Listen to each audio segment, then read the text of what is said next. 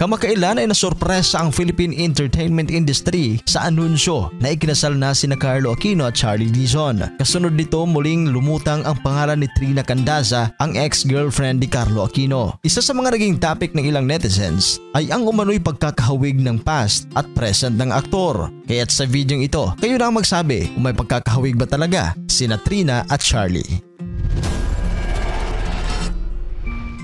Si Charlie Dizon ay isang TV at movie actress, habang si Trina Candaza naman ay kilala bilang isang social media personality. Look-alike nga ba sila? Maraming netizens at fans ang nagkapansin na may pagkakahawig umano sina Charlie Dizon at Trina Candaza.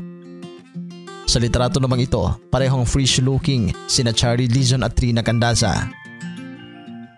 At sa smiles, hindi makakaila na mayroong simple ngunit magandang mga ngiti sina Charlie at Trina dito. Ito naman, parehas na fit at fabulous sina Charlie at Trina.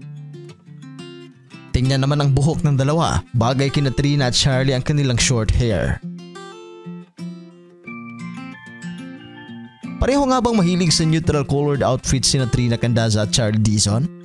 Well, kung kayo ang tatanungin para sa inyo, magkamukha nga ba ang ex at present ni Carlo Aquino? E-comment ang inyong reaction. Matatanda ang ikinasal sina Charlie at Carlo noong June 9, 2024 sa isang private resort sa Silang Cavite. Si Carlo Aquino naman at Trina ay naghiwalay noong Abril 2022. Nagkaroon sila ng anak na si Enola Mithi na isinilang noong September 13, 2020. Naging usap-usapan din noong panahon ng kasal ni Charlie at Carlo kung bakit hindi kinuhang flower girl ang kanilang anak ni Trina. Marami din ang kumontra kay Carlo sa pagiging irresponsable nito sa anak at maging kay Trina. Kasabay ng babala kay Charlie na baka sa huli ay magsisisi ito kung ba't pinagkasalan pa si Carlo. Ano nga ba ang reaksyon ninyo dito? I-comment ang inyong reaksyon sa ating comment section sa baba. At sa mga hindi pa nakapag-subscribe, huwag kalimutan mag-subscribe sa ating channel, The Showbiz Caster. Maraming salamat po.